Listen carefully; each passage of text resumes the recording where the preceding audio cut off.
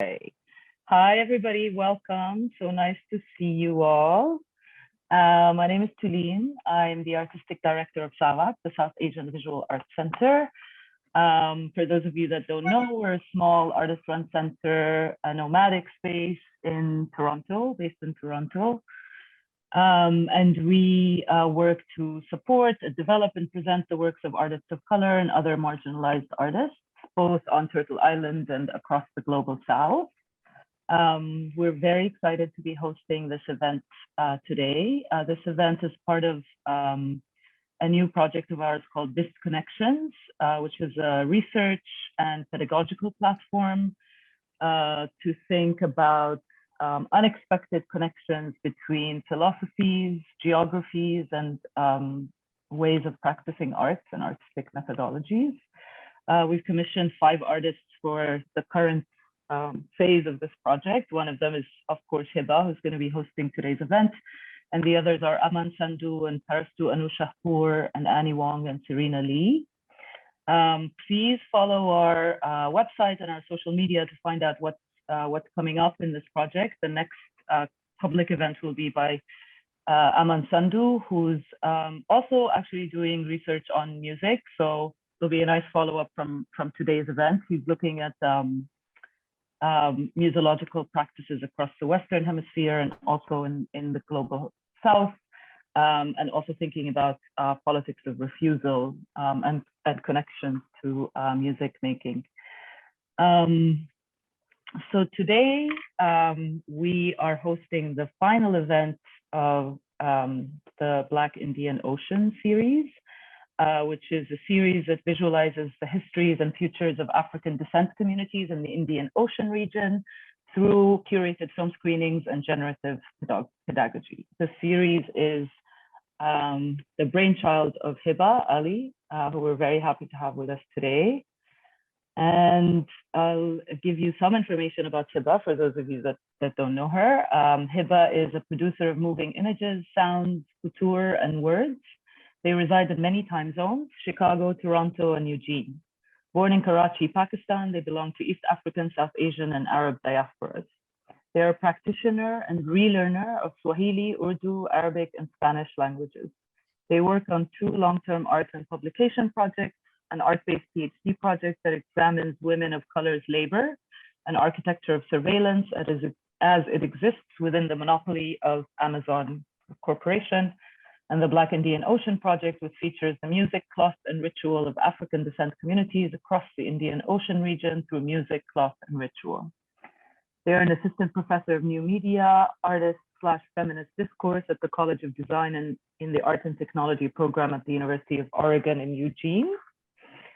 Currently, they are a Ph.D. candidate in cultural studies at Queen's University in Kingston, Ontario.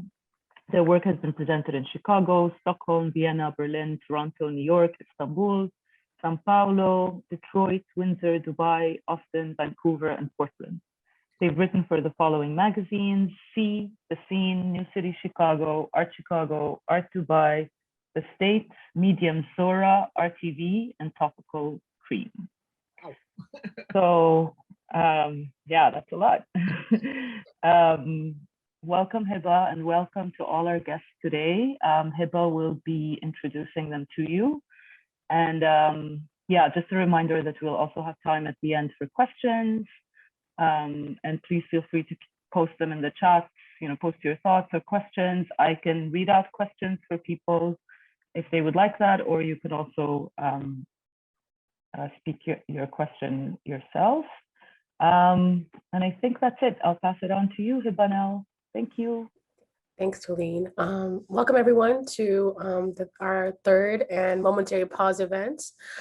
Today we will be spending time with Nkosenathi, Beheroze, and Jazmin.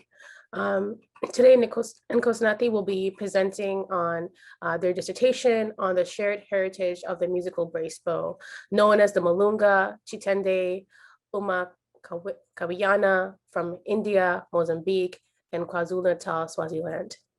The name of today's event, Seeds of the Brace Bow, are related to germination of airborne seeds as they travel.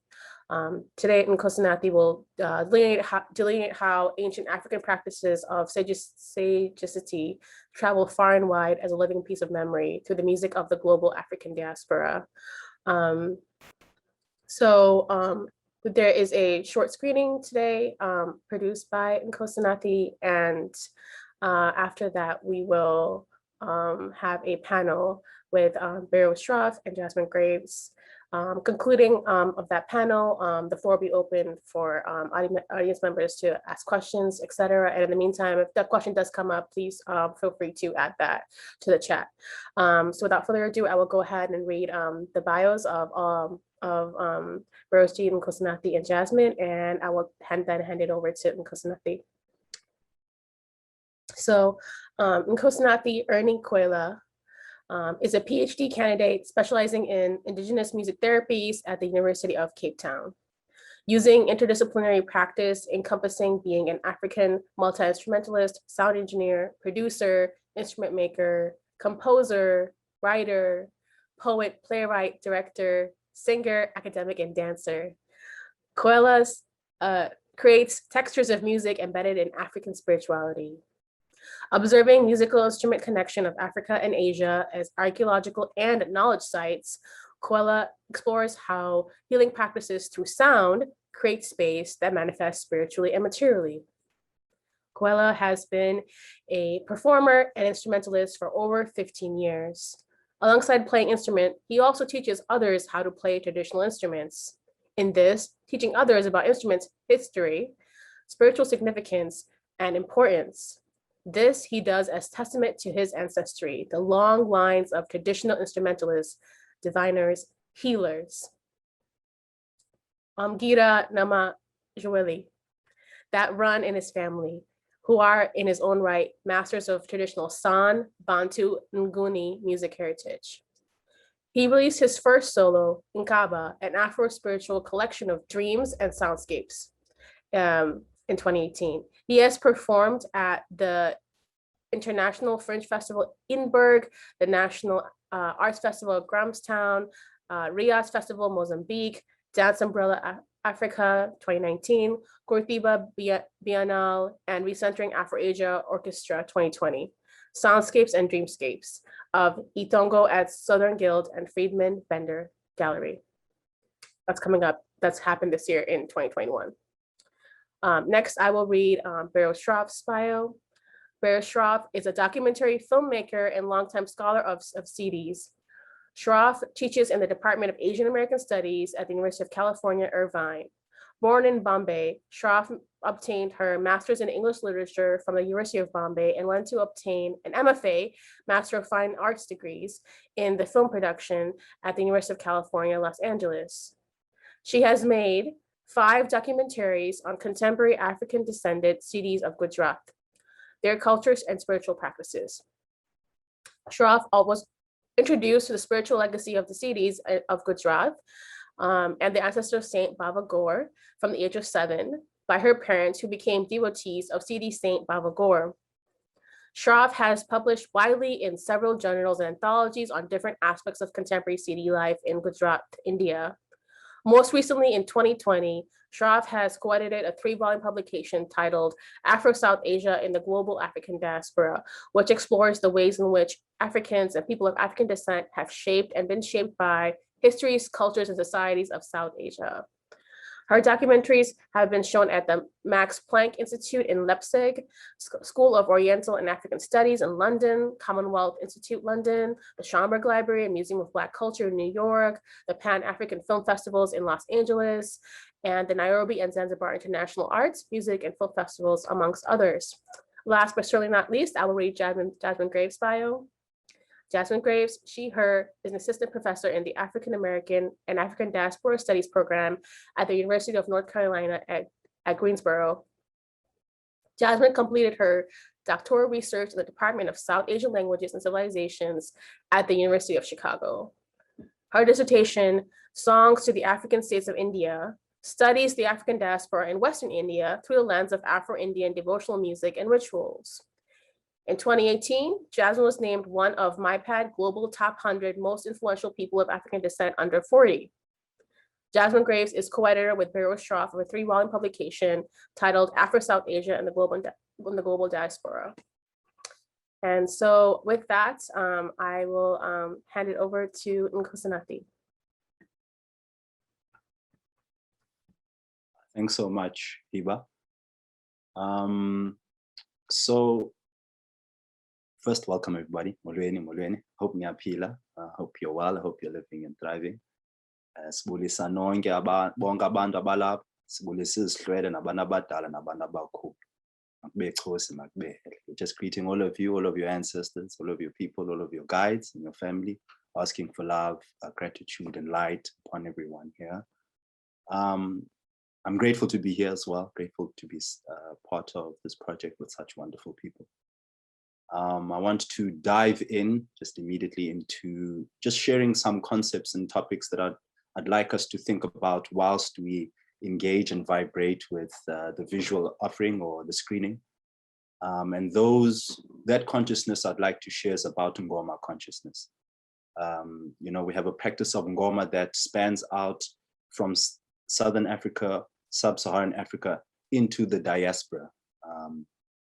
And that was my interest, was the musical heritage within Southern Africa, Southeast Africa, Central Africa, but also how that heritage has moved out and branched out to the different communities of the world, how each community was sharing a consciousness for us here, but also sharing a consciousness, us sharing a consciousness there, and how those relationships happened, how they interacted, where they went, and how they got back here.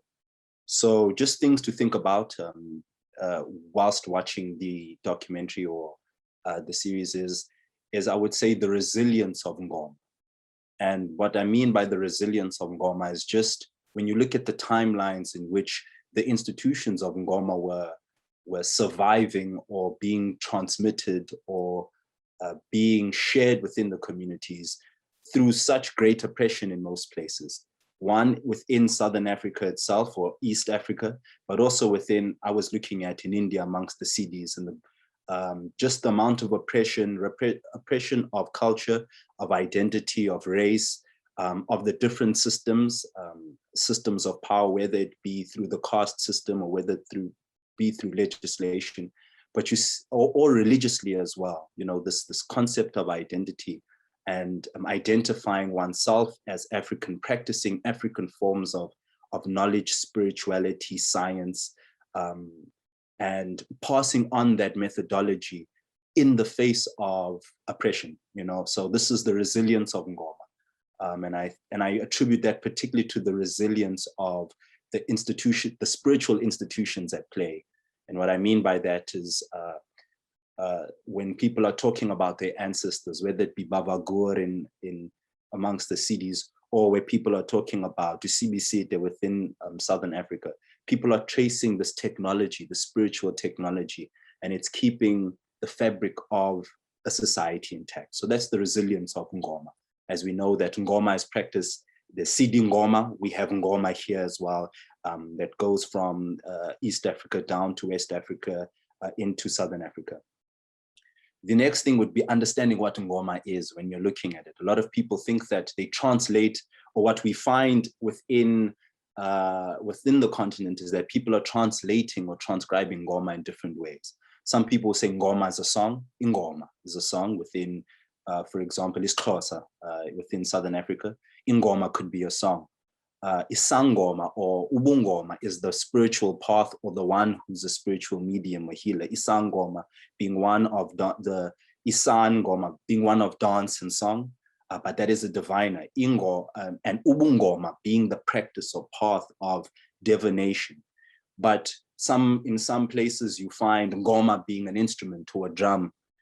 So what I had found in my current research, that is after this dissertation, Seeds of the Grace Bow, is the multiplicity or the intentionality behind the institution of Ngoma. That it is not just a song, it is not just a practice. It is all of those things. It's all encompassing on a way of life, an institution, a medicinal practice, a musical cultural practice and phenomenon, that is being passed on from generation to generation. And that was the core of the interest of the connection of Africa and Asia and their musicality. It was to say that the people who are practicing ngoma, what do we think about them? And what are we saying when we see that the practice of ngoma today, as ancient and present and futuristic as it is within the continent of Africa, is being lived and being passed on within India, in different parts of India? And what do we say about the resilience, but also the beauty of the technology of ngoma as it's keeping all of these communities together? And then I realized that we need a further understanding of what it means to be transmitting indigenous codes. So what does it mean to be playing indigenous instrumental technologies? And that further led, to other conversations. So just thinking about those things when watching each master and each sage and each diviner, within this piece, is just some things to think about, and these are all from different places, as you will see. So thanks, Hiba, you can start it, and then later we can have further discussions. That's just to introduce that body.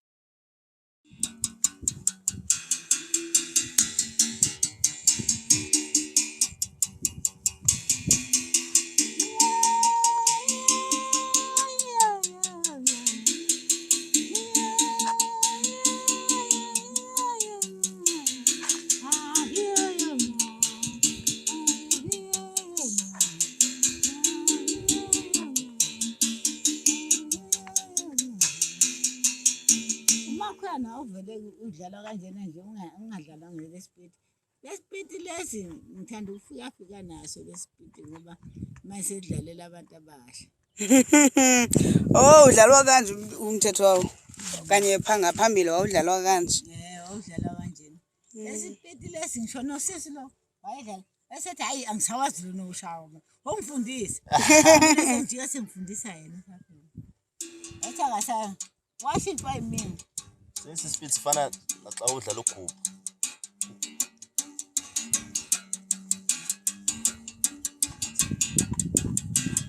Washintshwa yimina.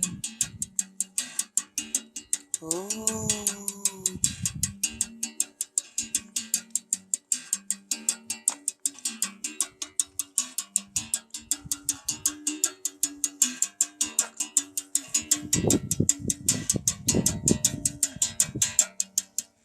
Ingane phela ifuna uMaKhweyana ezuza.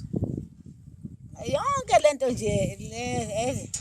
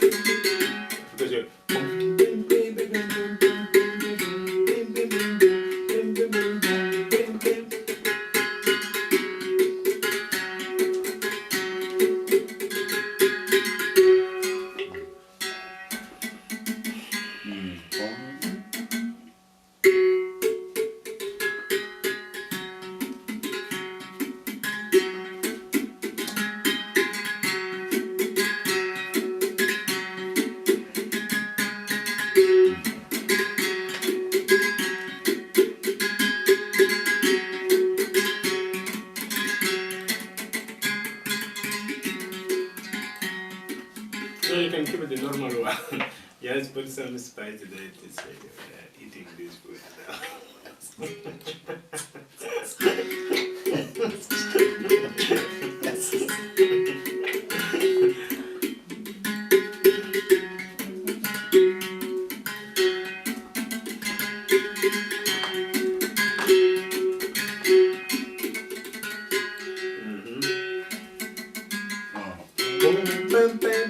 The first one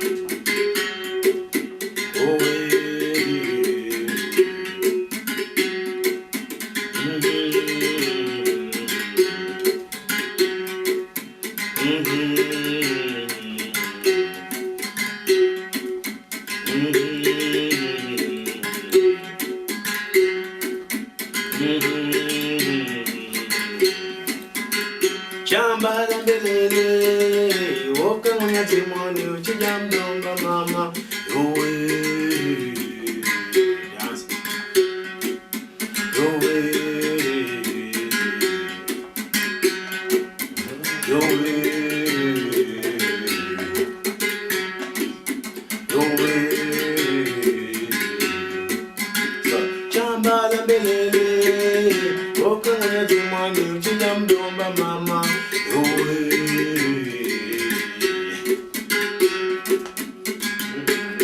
Two times, yes. Jambala melele, woka mwana timwani, ukijamdomba mama, no way, no way. Wolele, wolele, dichidangwe ngoma, siwara nana mama, no way.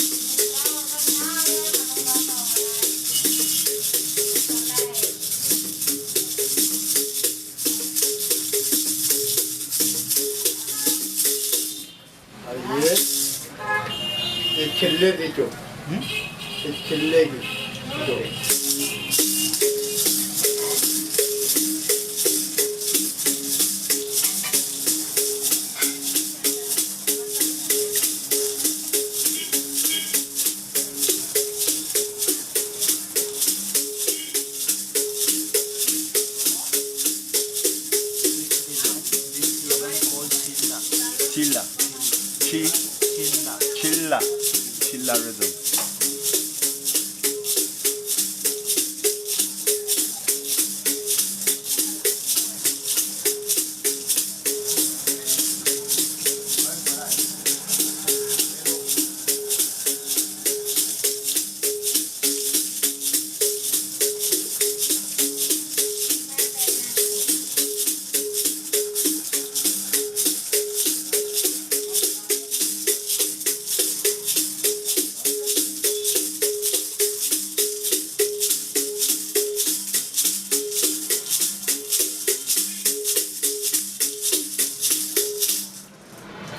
मस्त कलंदर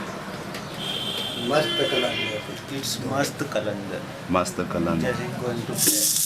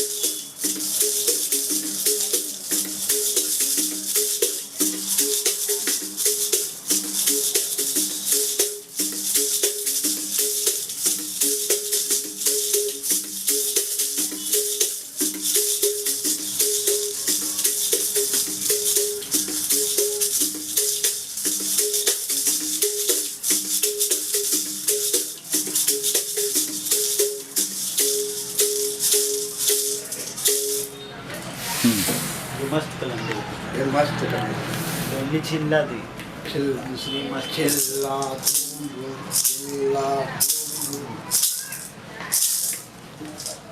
चिल्ले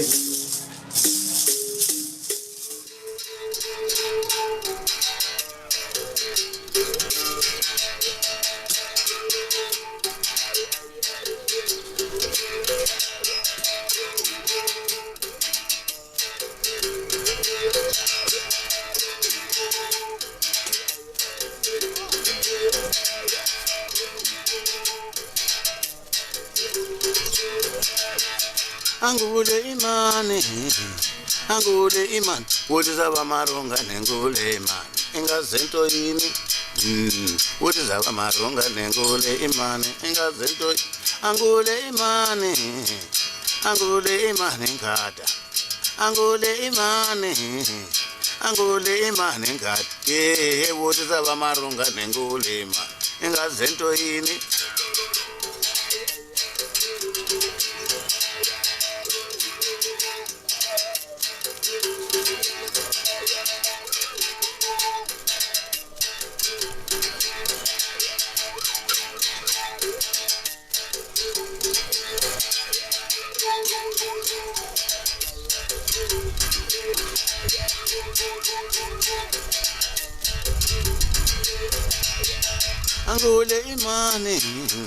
angule imani wothi zaba maronga nengule imani ingazento yini wothi zaba maronga nengule imani ingazento ngentoteka neboho mina ngentoteka neboha ngenitoteka neboha ngenitoteka neboha wothi zaba maronga nengule imani ingazento yini wothi zaba maronga nengule imani ingazento yini Sina tlebo.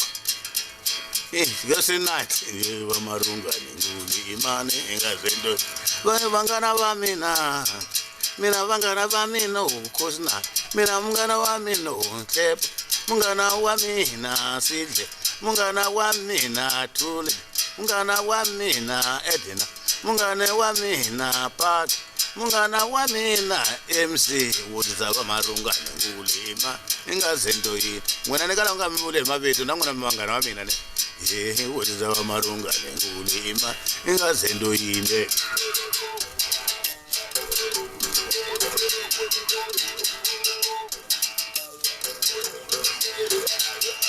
mina vakelano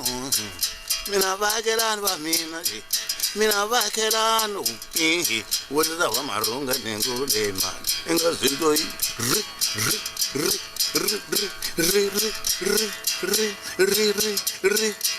What's in a letter? If you are a palace.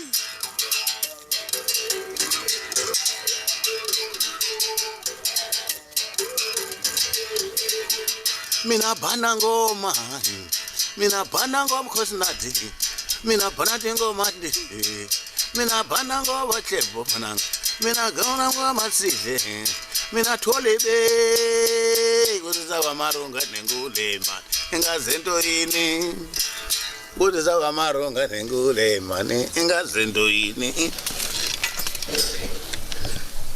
sikhulume ngengubo umuntu mawuzwaliwe uphathwe ngengubo ufakwe ekhaleni ngengubo ukhule wephe ngengubo ukhethwe ngengubo ufanekela ngubo engoma lekhuluma ngengubo ubani lekho bothi salaba bathanda babani laba kurunga wothi sawa marungani ngelaba bathunge mazimbuluku nempahla sizibuza bona ukuthi ubani igama lelengubo manje ngubo sibophe thina donke mangana babhuthe basisi akukho labangasayisebenzisa ngubo ayikho angethi Tlebo mngana wami angethi Nkosenathi nanena nisaka hololwa mme motho ha sheba fumana ka ntene silo hololwa jwale ke tota ke mo fe nngwe ya dikgopotso ke bitsano yena bitsa mshe haeba na himana bashanyana ba besitse mollo mme ba nyentse maheteng jwale mollona o tla ya mane mahemo ha ntso tuka jwale nenyane yotho ke mshe jwalo ta utlwa ona ha ke eletsa mme a ke ketaletsa ke masalosetso mona mene ke eletsa tjena ke ha ene etsa tjena e etsa tjena ya ditlhaloso le yona ha ke isisinye go tsena ya ka modumelana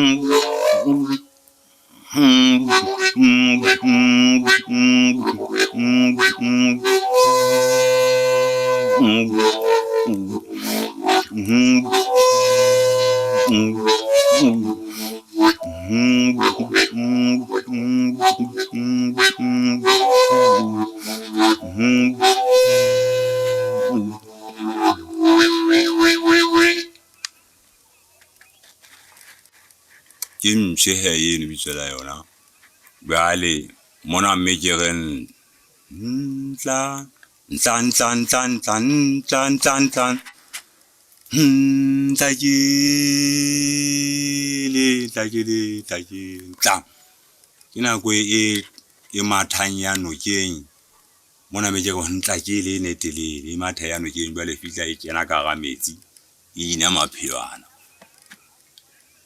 Well ha itla e matha well ha ke tlan intse tima molona ka masilwana yo e pota mahiana yona ka sepiti sa mogoma ka tsa itshireletsa mahiane ke yona je re ke no yele bitsa mshe batho ba ngata mshe ya gola e phame ya holo le ka seta o ka wela fatshe fela ke diphafatswana tse se di phela mafatsheng a ho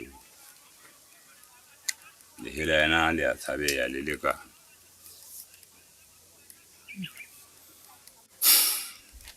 le tshidino ya tsentse o di hopola ba le re di letsa imshi ipotla yela o khametsi to tima mahiana sa SAVAC ke mo mona motho ntla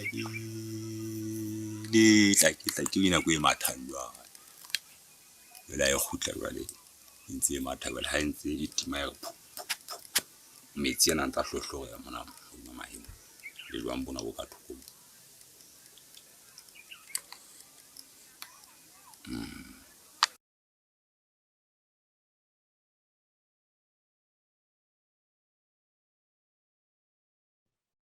Welcome back, everyone. Thank you so much, Nkosenathi, for sharing this really amazing film with us as part of your dissertation, Seeds of the Brace Bow. So now we will transition into some questions we have prepared. So I'll start, and this question is to Nkosenathi, Beheroze, and as well as Jazmin. So in this video, we saw different brace bows, and they were also played very differently as well. So I wanted to kind of start off this, our panel by asking all three of you, how did all three of you come to learn about the Malunga, Chitende, uMaKhweyana? If you could please share the name by which you learned of the instruments and how you've come to know it since then. And I'll have Nkosenathi open, if that's all right. That's fine. Is it okay if I make a small comment just about the vibration? I think as a disclaimer, I think many people, even when I was doing the masters, people say, why didn't you put subtitles? We want to know what's happening. And the reason why I don't put subtitles is because of the violence of translation in many cases. But the second thing would also be, I had the tendency of people thinking they must come to me to learn the bow or to know about the bow. And I said, I'm a student as well. The masters are there. And we need to travel out to the masters and create that ecosystem and economy where we can give thanks to the sages and in presence, and be present and share our energy and our gratitude for their life's work. And the second small comment, which would feed into your question, the first and the second, would be that when you just get into a deep listening to the bows and you look at the technology, the technique of each master, there's a story, there's information stored inside the practice of the bow. There's life that they're transmitting, and it becomes the relationship of the technology and then the sage as well. And you get into a deeper conversation of listening to see that, wow, there's actually a similar stream of consciousness happening over all of these timelines on all different continents. There's a master, you look at the finger work, you look at the structure of the bow, and these become such beautiful indicators to a different conversation of quote unquote intimacy and interpersonality. And so leading on to the question, for me, I encountered the bows through the masters, the ones on the continent. I encountered them at a conference. One was at a conference of indigenous bows in Durban, held in Durban here by the elder Usazi Dlamini at UKZN, and he was, trying to transmit the consciousness of the musical bow and gather different bow masters to play, to talk, to share. And it was the bow conference. It was a bow conference, happened a few years ago. And then I saw uMaBim, playing uMaKhweyana. And the vibrations just took my soul, and I was like, man, this is speaking to the essence of my identity. And it's transmitting a code that I understand beyond what everyone is saying. I'm understanding the vibrations and the information that's embedded in uMaKhulu's hands as she's playing the bow. I can understand that. And so I went on a journey with a friend, Sky, and we were just trying to show a younger generation that in order to learn the bow, you need to find the masters, and you can't find the masters just on the internet. You need to make that mission. The music is in the mission of getting into a taxi, not knowing where you're going, not having enough money, but making the means. And the gratitude that you find in uMaKhulu's voice when you listen to her speak to us on that mountainside, because that's her home. At each place, it's at each master's homestead. And that's where I learned uMaKhweyana. The Chitende, the same with Master Zangu, Mestre Machume Zangu. Again, it's the same, going to Maputo, forcing an exodus of students to say, hey man, there's a master here who's been coming to the University of Cape Town to give lessons, but let's go to his home, let's go where the vibrations are most tangible at their core, so that we can, drink from that wow. So it was that. But the Malunga was a bit different. The Malunga I was trying to find because I was with the cohort of Afro-Asia, which was a cohort at UCT that was looking at the cultural and musical connections of Africa and Asia.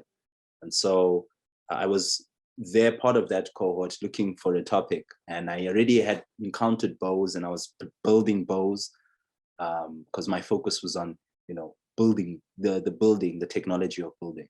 And then I watched a documentary on YouTube that I forgot whose it was, but it was someone's documentary on YouTube. Could be someone in the panel, so I apologize, but it was on rebuilding the bow. It was a gathering on rebuilding the bow with young CD men and reviving the musical bow, because there was already the Ngoma practice of chanting, playing in Damal and playing. Yes, Caitlin yes, that's it, that one. Yeah, that vibration was very important because I watched it and I said, what? This is the same bow that we have here on the continent. And the consciousness is the same in the same timeline. It's the revitalization of that technology. And so I watched that bow, and that's how I encountered it. And then when I went to India alone, I encountered some of the same people I saw in the documentary. And I was like, yo, the world's a strange place. The vibration, the elders know what they want. So that's how I encountered the three bows, the Malunga, uMaKhweyana, and the Chitende. Yo, that was long, sorry.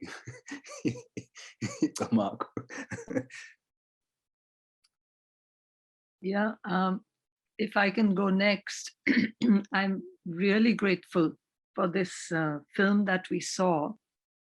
And I'm in awe of the work you have done. As you said, going to the sages themselves and listening to the music. And even though I didn't understand what they said, I could understand the emotions. I could understand why this is important to you and to them, and to continue this tradition in many ways. And the documentary that you saw by Amy Kathleen Gerasboy was years ago. And the bows that she built, some of them are still there, but the string is not available. It's hard to find that because it's from the gut of an animal. So it's hard to find it. And I discovered the Malunga by going to Gujarat and making my films on Siddhis, because I was motivated to know the community, since my father was a devotee of Baba Gaur, my parents were devotees, and my family were very close to this whole tradition of, we didn't know it was called Goma, we only called it Dhamal. But we participated in the spiritual part of it. We participated in all of this, going into trance and actually holding a session of question and answer with the spirits who are housed within the Siddhi community. And what's interesting, and Jazmin can also talk about that because she has covered that in her dissertation, that this tradition has been passed on within my community of trance during the Dhamal, and housing the saints within some of the Parsi devotees themselves. So that is the spiritual legacy of Baba Gaur and Mai Mishra that motivated me to then go and find out the community, talk to them, rather than staying within the Parsi fold and not knowing where this originates and what they want to say about it. So I made my films on the Siddhi community and also featured the Malunga bow. But I'm in awe of the work you have done. And I hope that Jazmin and I are chatting about it, and maybe Jazmin can also elaborate on it, how to get some of this to the Siddhi community. So I'll let Jazmin answer now. Thank you very much. That was really beautiful. Nkosenathi, I just want to say that I'm deeply impacted by the film, by the absence of the translations. The music was certainly something that was soul transporting.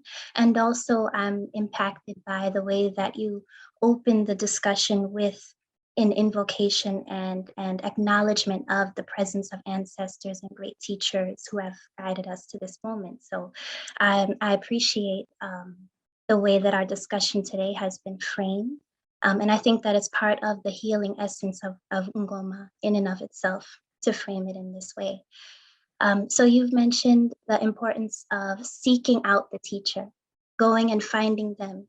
And that had been my experience. I had seen also some of the visual recordings of Dr. Amy Kathleen Gerasboy, and I had seen her recordings of the Siddhi elder Rumanaben from Ahmedabad, who has recently passed away.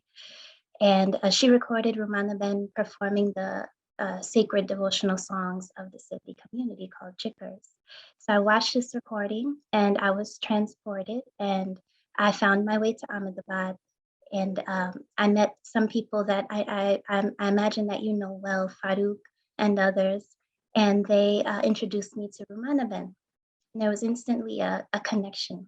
And I sat with Rumanaben, and she told me about the Malunga and the Mai Misra rattle. And what I learned from her in this context is that The Malunga represents a Siddhi Dhamali, a Dhamal player or a Siddhi man. So the term Dhamal player or participant of Ngoma is equated with the identity of a Siddhi man. And likewise, the Mai Misra rattle that's played with the Malunga is equated with Mai Misra's Sahelis, her companions, who are Siddhi women. So in this way, Ramanaben explained that the instruments themselves epitomize the men and women of the community, along with the ancestor saints of the community. And it just struck me actually watching your film just now and seeing the Malunga and the Mai Misra being played together. It finally came full circle for me that this is about the harmony and the unity of the community, of the members of the community and their ancestors. So thank you so much.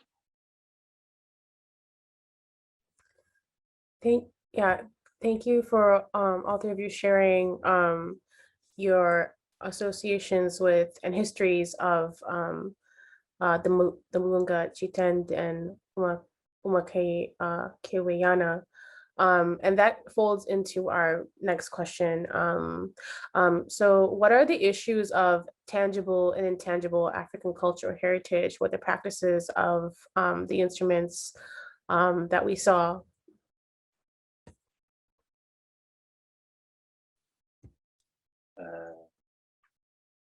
Is it gonna be like a cycle? Okay. Yeah. Okay.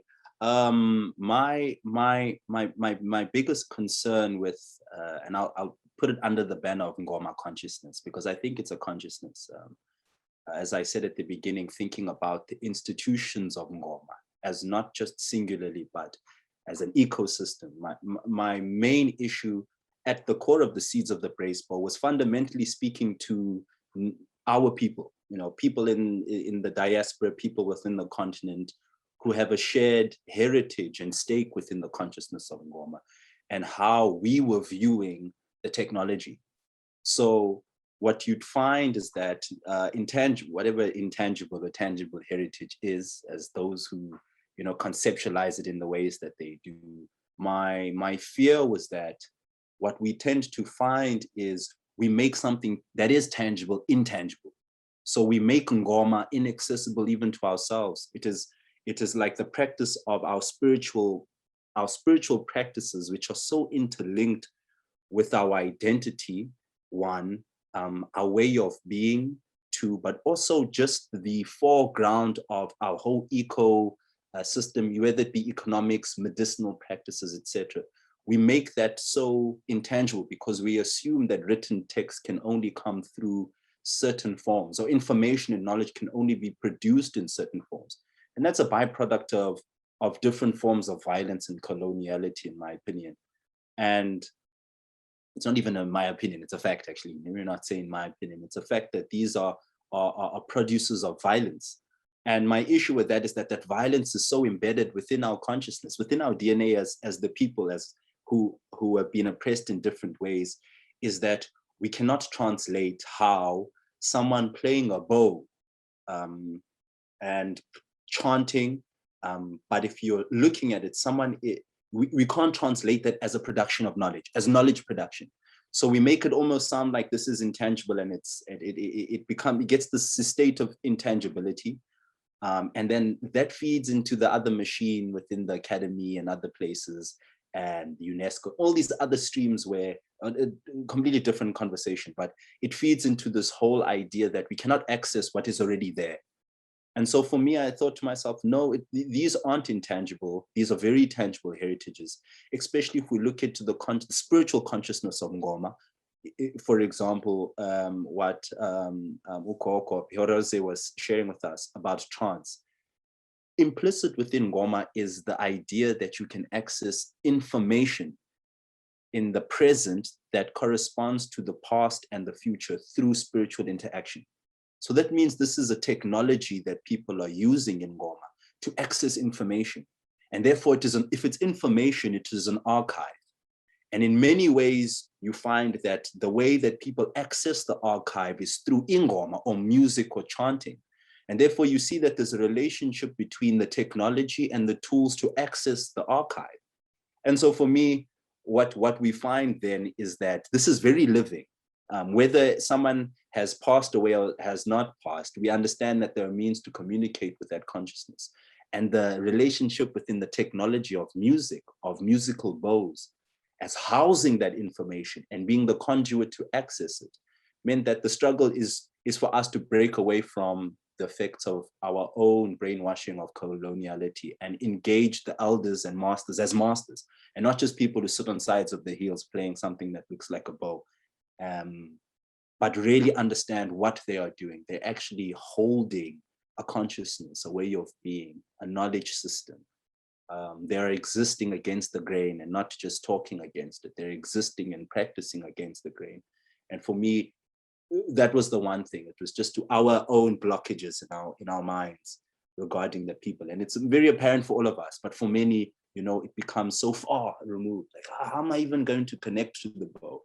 Because sometimes your ear has been accustomed to certain vibrations, that the vibrations that will trigger your genetic code become so scary or so far removed. People are in trance, there's spirits, there's possession, there's this, there's that.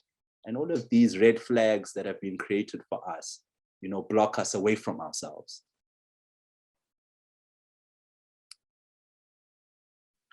So are we going in the order, or Jazmin, do you want to step in? Should I talk? I'm not sure. Should we go in the order? Please share, Beheroze. Oh, okay. One of the things I wanted to say is, how did I come across the Malunga and also the Chitende? And I came across Nkosenathi's dissertation online, and I was completely enraptured by the knowledge and what he's talking about in terms of epistemic violence, which I know we've all lived to some extent in the post-colonial phase in our countries, which is so still attached to colonial institutions and colonial ways of thinking.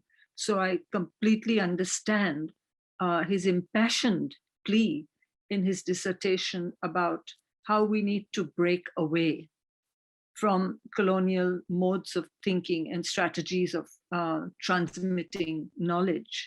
Now, there is also a dilemma here, in that intangible and tangible cultural heritage has become a way to parse and understand how some of these modes of or strategies of, say, playing instruments are fading out within the Siddhi community. There is a dilemma in that the masters have passed away, and Sultan ChaCha in Gujarat, in Bijapur, is one master. Iqbal in Ratanpur is another master. Wasim Jamadar in Kutch is another master. There are three masters, and they are trying and attempting to pass on this tradition, but modernity has intervened. And again, Nkosenathi has a very nice explanation of looking at modernity through the work of some Brazilian scholar in his dissertation. But modernity has intervened, and economics of racial capitalism has intervened. So the younger generation is caught up in earning a living by different means to support their families. Their aspirations have changed in terms of sending their children to schools where they can get an education in English.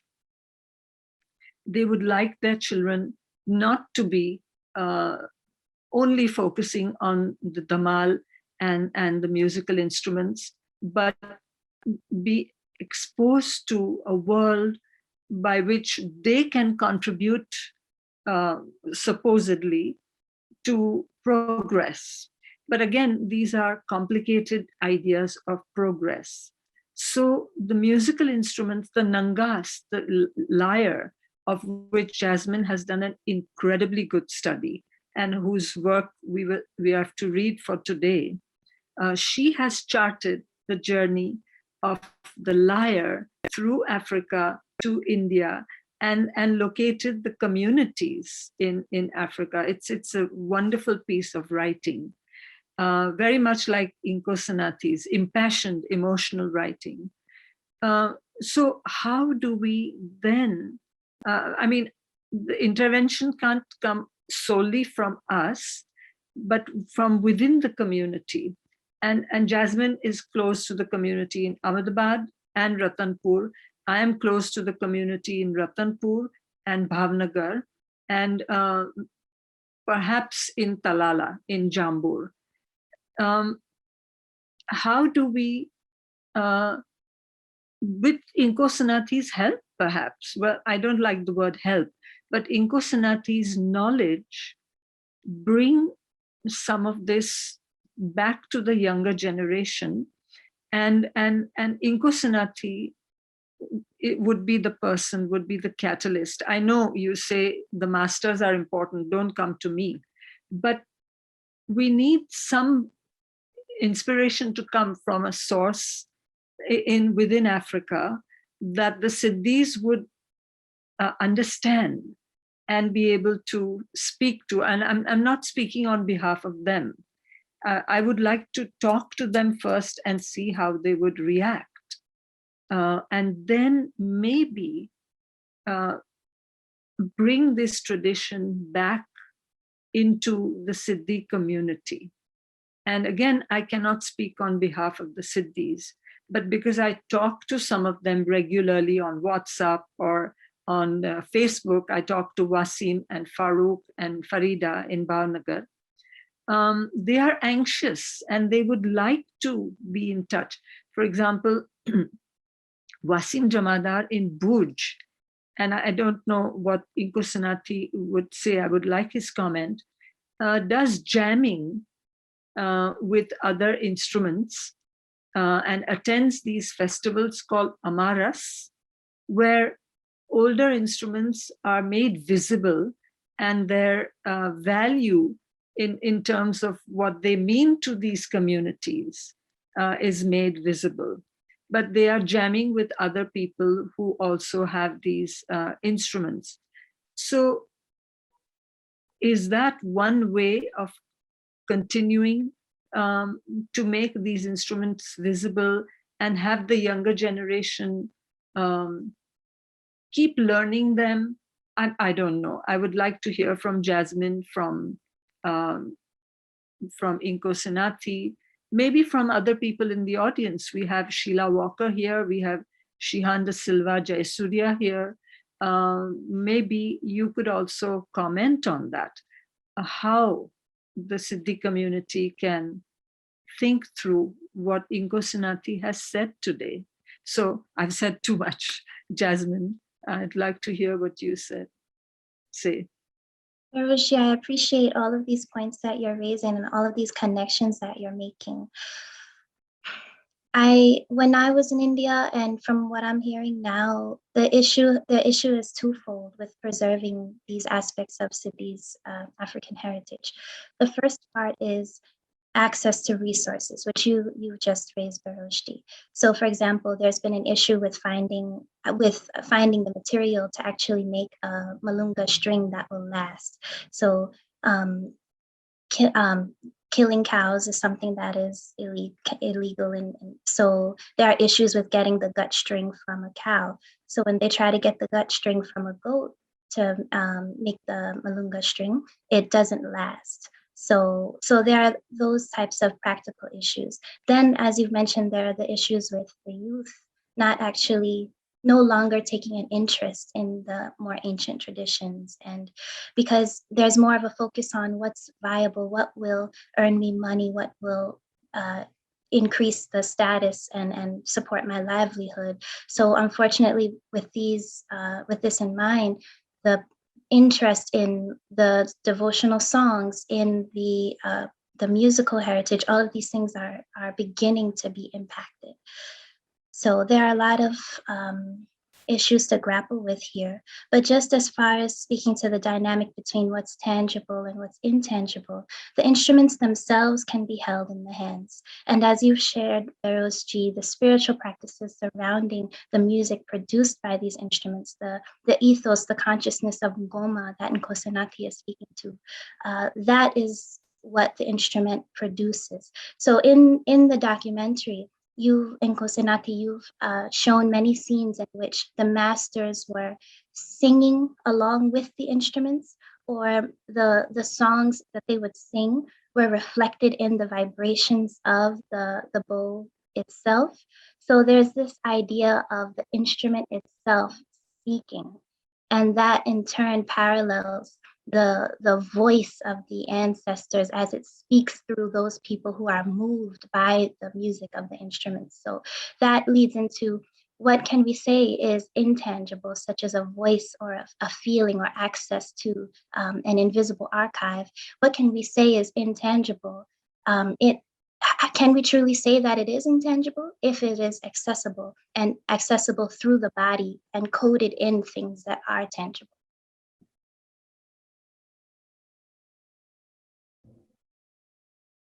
Thank you for really illustrating how these two terms have been mobilized and utilized, and the ways in which the kind of colonial aspect of if you see it, it's real, and if not, it isn't, and how much of that is very much mired in false notions of visibility. And Tulina, it seems as though you wanted to add something. Go ahead. Yeah, I want to add something and ask a question also, if possible.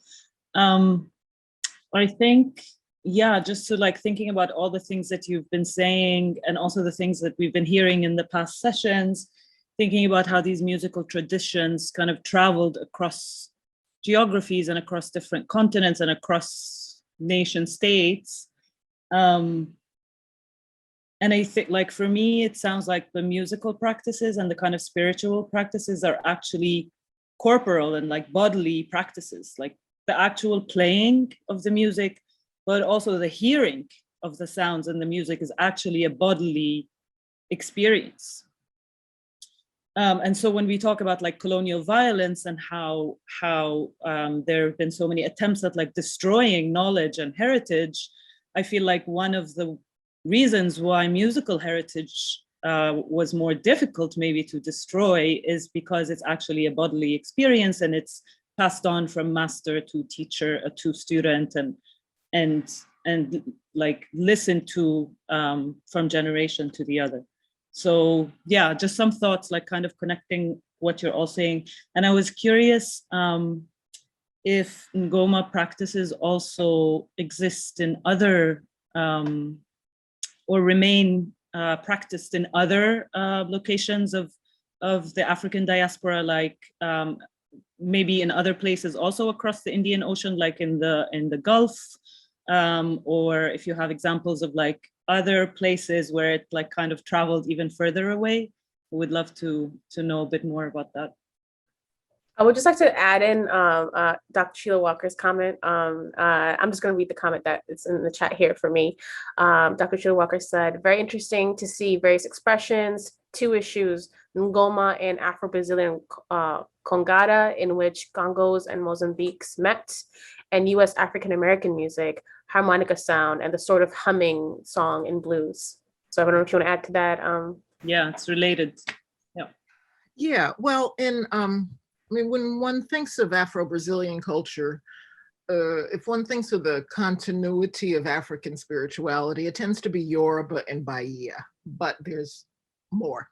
In Minas Gerais, the culture is more Central African, and within what is called Congada, there is the meeting of the Congos and the Mozambiques around a Catholic saint.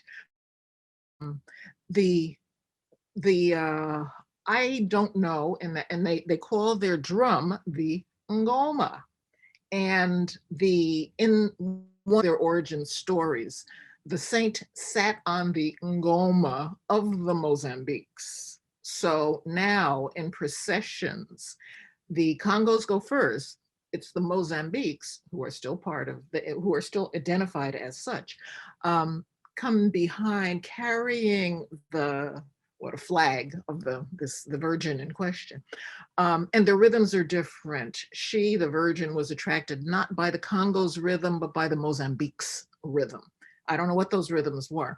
I'm working with an Afro-Brazilian musician who is trying to map different rhythms from Africa and the diaspora. So this is exciting for me to be able to give him some feedback from this discussion, and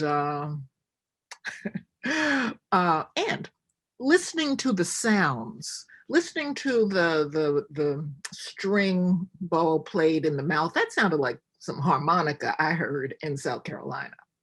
And when the well, that sounds like John Lee Hooker, you know, boom, boom, boom, boom. The use of what could be considered nonsense syllables that could actually be words in a language we don't know we know.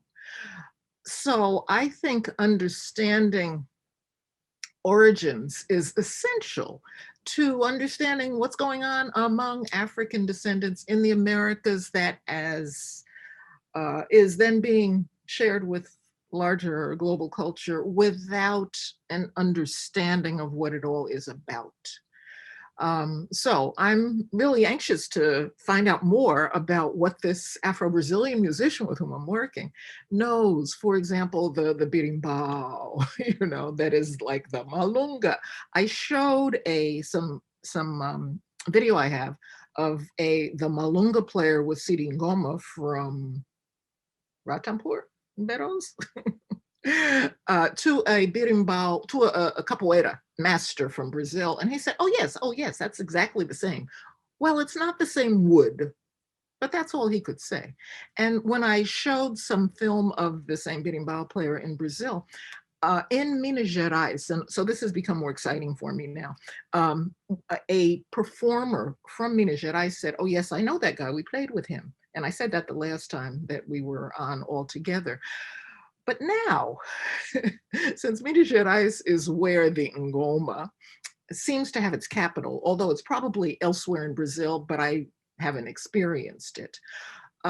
Is that somehow related to the berimbau / Malunga? I don't know, but I think I'm working with the person who can bring that together for Brazil, and who has told me that he listens to my videos and or listens to, and then compares them to other rhythms he knows. So I'm really anxious to find out what he knows and how he can add to this conversation.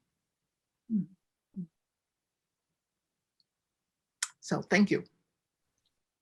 Yeah, I was gonna say, Nkosenathi, if you, that's kind of, this is very much going to our last question, was about the connection between different instruments. And so I'll have you all take the floor again. Tamako. I was so I'll backtrack to the thesis itself. I think what I was very, very interested in was the sensitive dynamics within indigenous bows.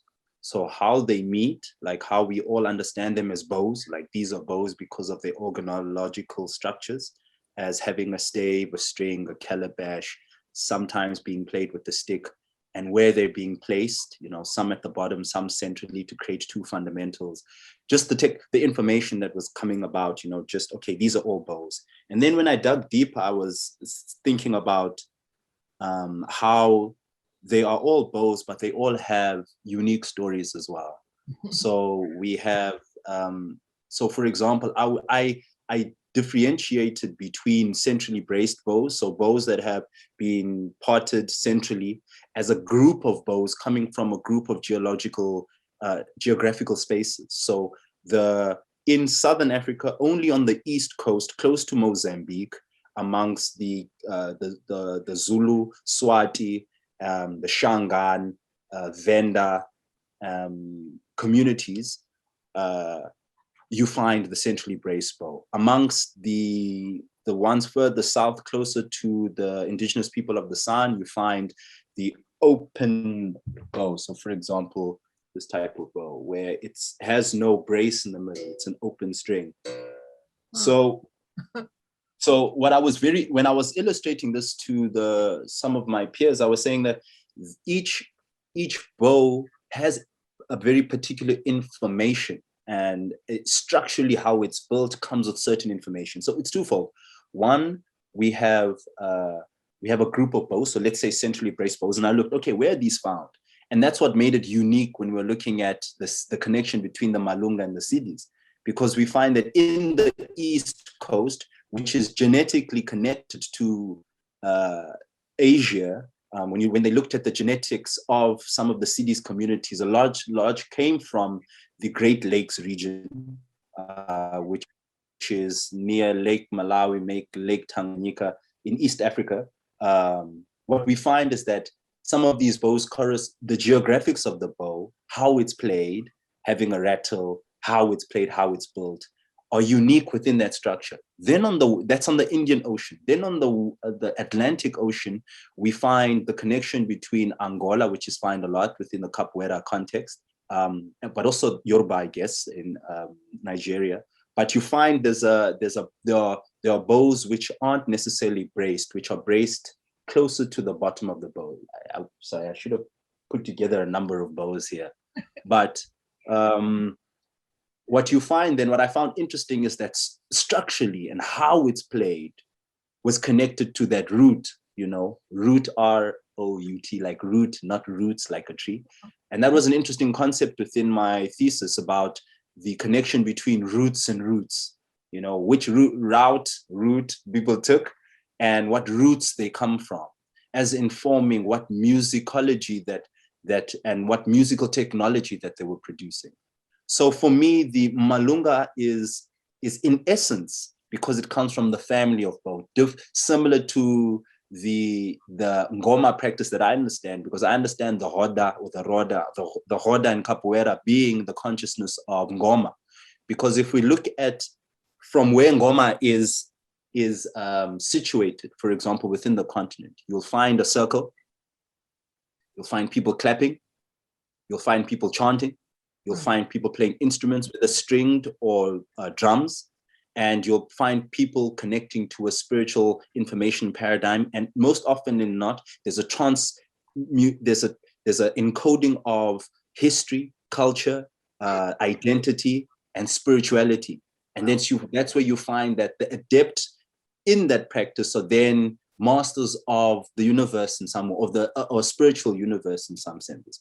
But if we look at that consciousness of ngoma, we find ngoma within, we find it within the First Nations people in America, remnants of ngoma. We find ngoma within the continent, we find it within India. And for me, that's my interest is beyond the details. So they are different, but what are the unifying fields where we can actually build on the information, going on to the question of things being lost. I think I always had this belief that the one inspiration of going to find the masters was as that to be a bridge of information within my timeline. To say that a lot of people don't know or don't have the means to or don't have the desire to know, but I should know and I should go and I should come back. And that was always the responsibility of Isangoma or the healer or diviner, is to collect information for the community, because the ethos of Ngoma is about the community. It's not that is why the separation, sometimes there's a fluidity in this between the performer or the practitioner and the community. And therefore you find a string of whatever performers are or practitioners.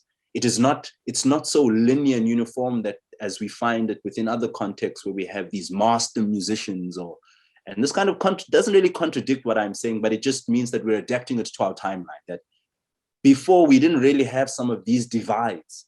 The consciousness was always about in the ethos of the people. And I think the way to make it sustainable is to return it to the ethos of the people, because the people who are the descendants of Goma are one of the few people who can't practice their practices and live within the modern world.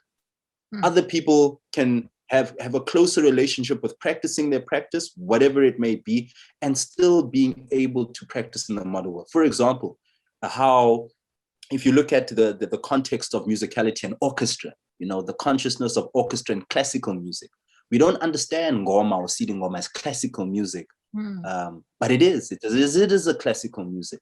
It should be within the fabric of society when people are able to practice the classical music and have the dignity of saying this is a classical music and not imagining themselves in a 10-piece orchestra playing cellos and violins. And so my interest is within that dilemma, is to say that we need indigenous, because our orchestras were the first orchestras in the world. Indigenous orchestras on the continent, coming from Africa, were the first orchestras in the world and branched out. A lot of musical technology got its ideology, whether it be friction bows or violins, etc., got some of the information from the continent, because those harps and lutes and lyres, like the nangas, etc., were here. And so, as much as they were in other places. And so to return to that ethos of community where we're, as you're saying, where we go and connect ourselves with the other practitioners of Ngoma, and we start to transmit the code. Because if we transmit the code, we'll realize that we're all able to give ourselves pieces of what remains. People in America, right? And I found that, what I found so beautiful when I went to Vijapur and studied under Master Sultan is that, my first point of reference is always make a bow before knowing how to play it. Understand how the technology is made, because then you can transmit it even more and have a finer relationship with it. And that is what I found, is that the sages were master players, master musicians, medicine people, could tell you about the genealogy and history. And so I said, that's important for the younger generation to know. We're not performing only to make bread. But anyway, what I wanted to say, what was beautiful, is that they taught me what we have lost, or everyone, but in Southern Africa or the different parts of Africa that I've encountered the bow, people no longer use skin to make the string. And so I was so excited to see how to make that within that space. I got the opportunity to make, not everyone did, but we did get the opportunity to make dart. I don't know if I'm saying it right, but I was taught that it is called dart, T-A-T-N. The string that is used for the Malunga, made out of the intestine of a cow.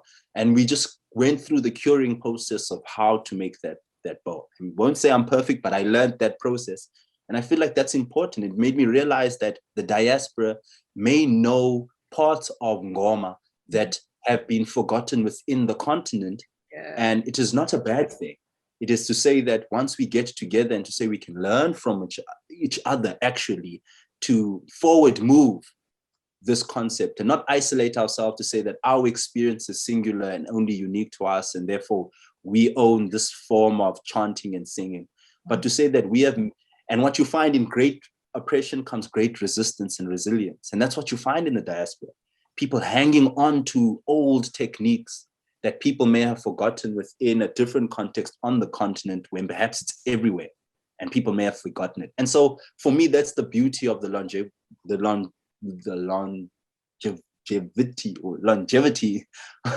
of the consciousness, is it can only happen, as we said, through us encountering one another. And once we've encountered one another, we can start tapping into the other technological forms that we've all been informed by. You know, some may have the skill to make, some have the masters and ngomas of storytelling, some may be architects, some maybe to make. And when we can allow people to actualize that information that is embedded in their DNA by being in close proximity, and all I am is that, here's the bow, here's how it's played, but I know that someone else will play it further than I have.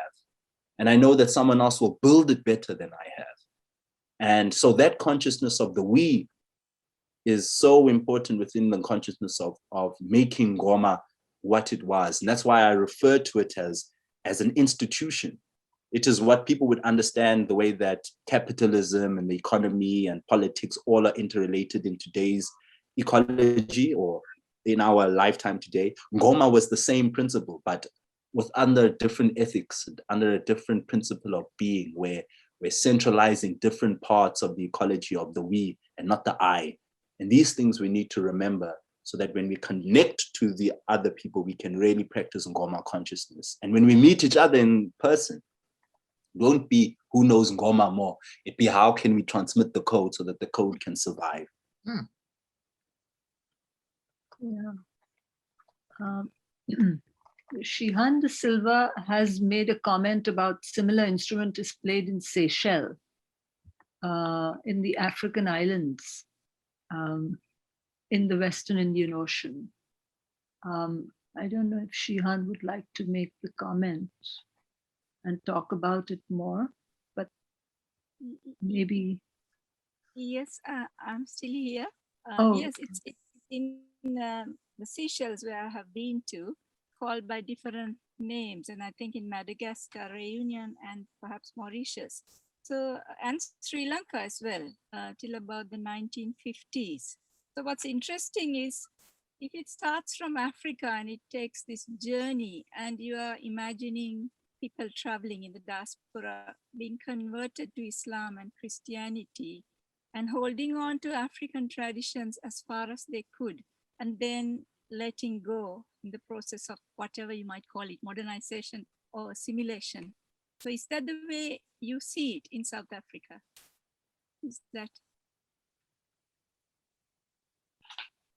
the question for me?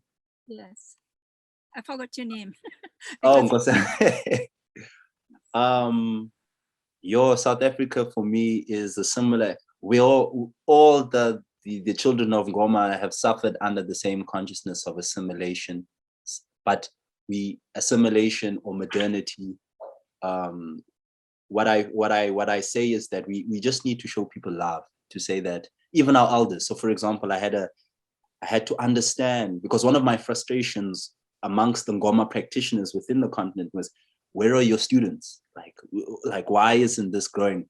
But I then had to understand that people were trying to survive, and people were trying to survive politics of the stomach, survive politics of oppression, survive genocide. Each place had its consciousness, or they were assimilated, whether it be through Christianity and Islam, which is here as well in South Africa, where people were moved away from their practices, also through survival. You know, someone comes in, points the way, but those often came with politics of power, dynamics of power, dynamics of access, dynamics of availability, what language, what do you want your people to understand? All of these within South Africa were understood at different access points of privilege. And therefore, at the bottom of that were the practitioners of indigeneity and indigenous knowledge systems.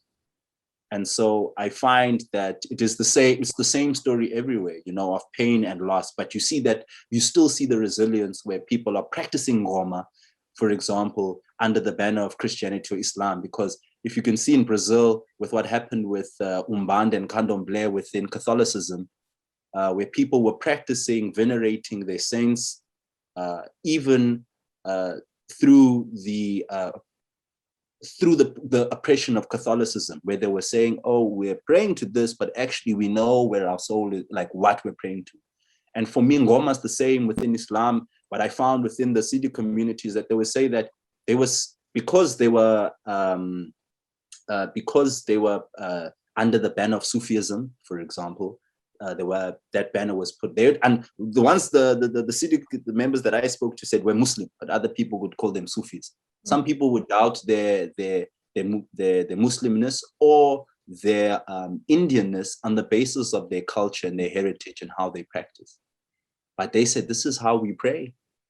This is how we give thanks. This is how we retain community. And these principles are found in the similar practices, but for them, it's something that ostracizes them from their current context. What is even said is that even if they went home within the African continent, you know, some people have the idea that the continent will somehow provide a space to breathe within some of these conversations. And sometimes it does, sometimes it doesn't, because the same violences were committed within the same space. And so we have a similar conversation, you know, a similar reality where Ngoma has been, they've tried to oppress Ngoma. But I think we can look at it that way, but also we can see how the blossoming of Ngoma and the resilience through the fact that it's still here under if we had a tally of the things that people tried to do to Ngoma and how they've tried to oppress it, we realize the resilience of the people and the resilience of the consciousness, and how the consciousness was a medicine for the people and the medicine was a consciousness for the the medicine itself was also a consciousness with the people, that they used ngoma as ngoma at its core is a healing methodology. And so as they are practicing the science, they are healing themselves. And that's why you see such happiness and such fruition and such longevity. And this is when you in Southern Africa, you get a deeper conversation about, those technologies. When you start ubungoma and ngoma as like a healing ecology, and how people are initiated, what informations, what they connect to, water, air, etc. You realize this consciousness is so beautiful and profound. And some people who are in the diaspora may find correlations and be like, whoa, I've had dreams, I've had certain experiences that may not be understood in that context, but when they come to the different context where it's homebrew, they're like, no, man, you're supposed to be this. You're supposed to be teaching people. Oh, you're supposed to be healing people in this way. Oh, you're supposed to be playing this instrument because that instrument was given to you by your great grandparents, and that's why. And those connections are so profound to release that epistemic, epispiritual tension and backlog that's been on the people, convincing them that their way of being and practices is somehow inferior to everyone else's. Thank you, Nkosenathi, Beheroze, and Jazmin, and SAVAC, and Toldine for helping me put together the series, and all of the and Dr. Sheila Walker and all of the people I've collaborated with in order to make this together.